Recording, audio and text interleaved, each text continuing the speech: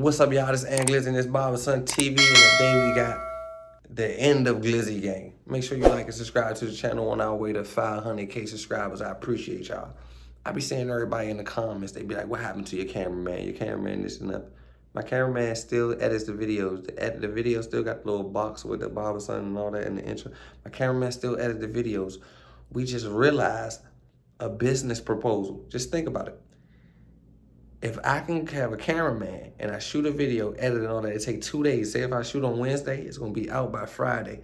If I do it on my cell phone on Wednesday, it's gonna be out on Wednesday. So now we are creating more content and faster content, and it's still acceptable for the channel. So we double the money, triple the content, and we building as we going. It's not even about the money. Forget the money part, bro. We building the channel. Like, trying to bring you faster, more content. We don't want you waiting because we want to be all perfect. We'll get there when we get there. But yeah, back to the story. The end of Glizzy gang. So if y'all all know, I used to be a former member of Glizzy gang. They kicked me out because, I don't know why they kicked me out though, y'all. I don't even think I got kicked out. I kicked myself out, but the world say I got kicked out. Shy ain't never buy me nothing. He ain't never bought nobody nothing. That's the reason we here today. We ain't gonna take this video too serious. We gonna just make this like a funny video because we gonna get into it. So the end of Glizzy gang. So as y'all all know, y'all be like, I be hating on Glizzy gang, this, that, and the third. I'm the only one that left Glizzy gang. And when I left, I prevailed. Like, I'm the biggest. I'm bigger than everybody in Glizzy gang put together. Right now, more relevant and everything. The only person that left is the only person successful. Think about it. So was I Glizzy gang or was I the problem in Glizzy gang? Let's get to it. Y'all don't know Shy Glizzy like I know him. Shy Glizzy is the type of individual, if you can be bigger than him in life, you're going to try to shortcut it some ways because he's not going to lose his power. If he loses his power, that put him in the back of the line. He like power because power gives him the urge to be somebody. Like, if he don't got the power, he don't even want to be himself. If he can't control the narrative or the situation, he like to be in control. He got a control problem. So if he can't control you, you will fail. And this video will show you what I'm talking about. There have been a million Glizzies. I might not name them all. I'm going to have to do a part 3 of this. This is going to be a 3-part series. This is part 1 because I know I'm going to forget some people. In the second one, I know I'm going to forget some people. There done been 10 new Glizzy gangs since I've been in Glizzy gang. Since 2010 to now, there have been 10 different groups. Every single one of them guys, every last one of them that try to get their own motion died or went to jail. Even the spare team, they had a spare B team, like some DF guys with the B team. The B team even got 200 years. Let's get into it. The guys from the old Glizzy gangs, I don't know where they went, what they on or nothing. They never got no money, no platform, or told their stories or tried to prevail, so they just stuck in the docks and let Shy live with his secrets. Everybody else, the ones y'all know, I don't know what happened to them. Before the pandemic, it was Taliban Glizzy. They don't talk about him, delete the pictures off on me. He don't got a paid lawyer. He got a court-appointed lawyer. He went federal. Evening off the top at 6, D.C.'s top prosecutor announcing criminal charges against 16 people for what they're calling an armed criminal spree. This just the latest move to crack down on rising crime in our area. Let's bring in our chief legal correspondent, Katie Barlow, with the details here. And Katie, what happened? D.C. U.S. Attorney Matthew Graves announcing charges for 16 people today in connection with a series of armed robberies, armed carjackings, money laundering, and firearms offenses. Prosecutors say these crimes were planned here in the district and carried out in 4 states up and down the East Coast: Pennsylvania, Florida, New Jersey, and Virginia.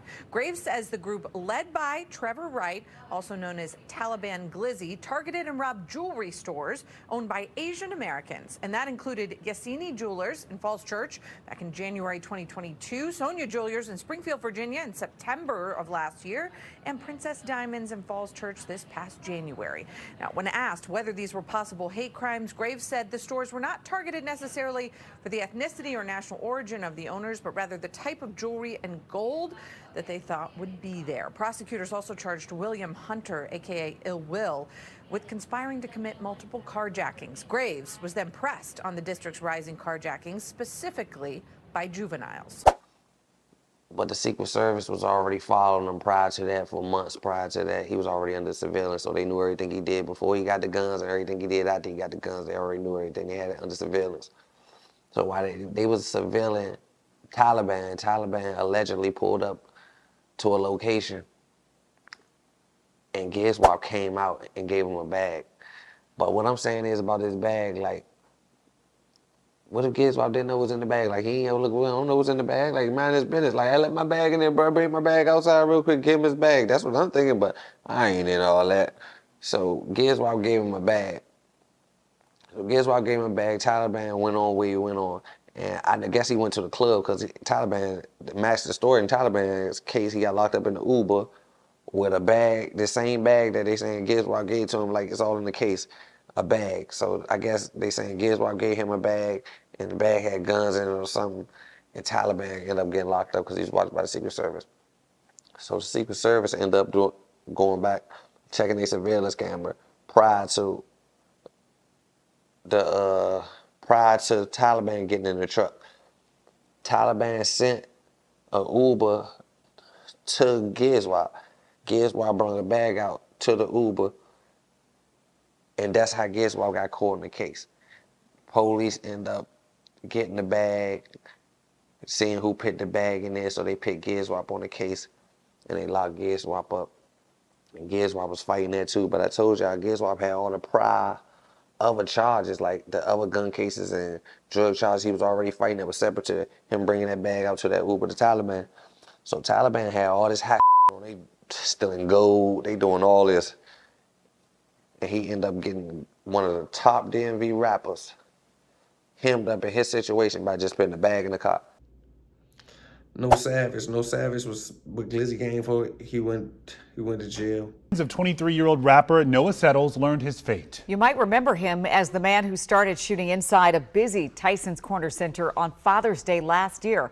The Commonwealth says some shoppers are still too scared to return to the mall. Our Matthew Torres was there as prosecutors requested a sentence far beyond the guidelines. When we spoke to Steve Descano, the Fairfax County Commonwealth's attorney, reacting to the guilty pleas. As you might remember, it was back on Father's Day last year at the Tyson's Corner Mall when 23-year-old Noah Settles fired his gun 3 times. And as of this morning and about an hour ago, he has now entered 4 guilty pleas.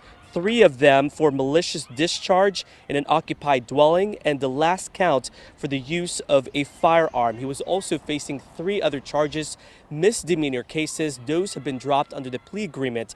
And what's interesting to note is that even though he did enter the guilty pleas, under the agreement, he is not admitting to guilt.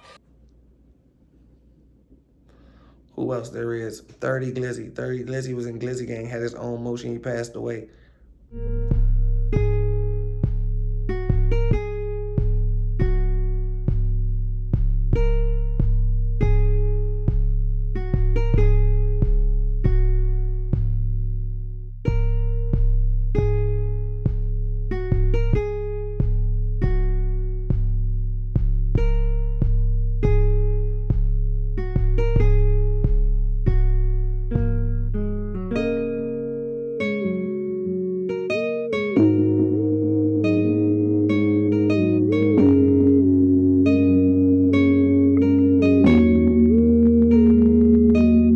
Taliban got his own motion, went to jail.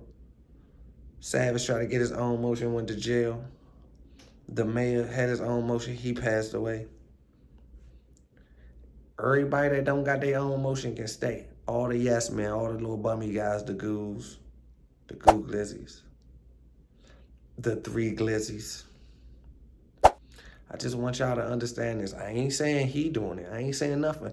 But if you spend millions of dollars on clothes, like you said, on $1 million worth of game, why are you not putting these guys in positions to change their life forever? You don't need $1 million to do it. Do you genuinely love these guys, or is these guys your flunkies or fall guys? And then he find more and more guys to put with it to go to jail. I can't say, like, y'all don't see what happened to the other 15 security guards. What's going to happen to y'all?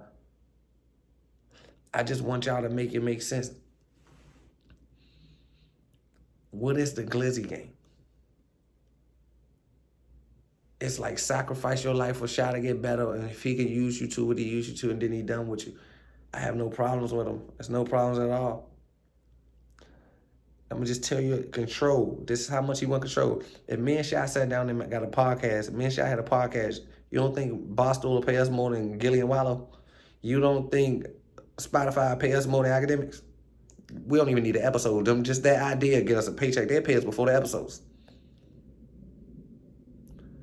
but you're not gonna be in control of me, or you're not gonna be in control of nothing. We all gonna make money and you're not in control of everything, so you wouldn't do it. You don't have $1 million cash right now and I got a $1 million idea. You wouldn't take the $1 million idea because you stuck in your pride and your control issues on street time.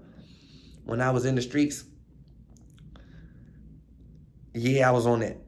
But when I left the streets, I had to talk with God, bro. I had to leave everything, my L's, my wins, my W's, everything. I left my heart not connected to the streets. I'm not connected to the streets at all. I have nothing in the streets that I'm connected to, bro.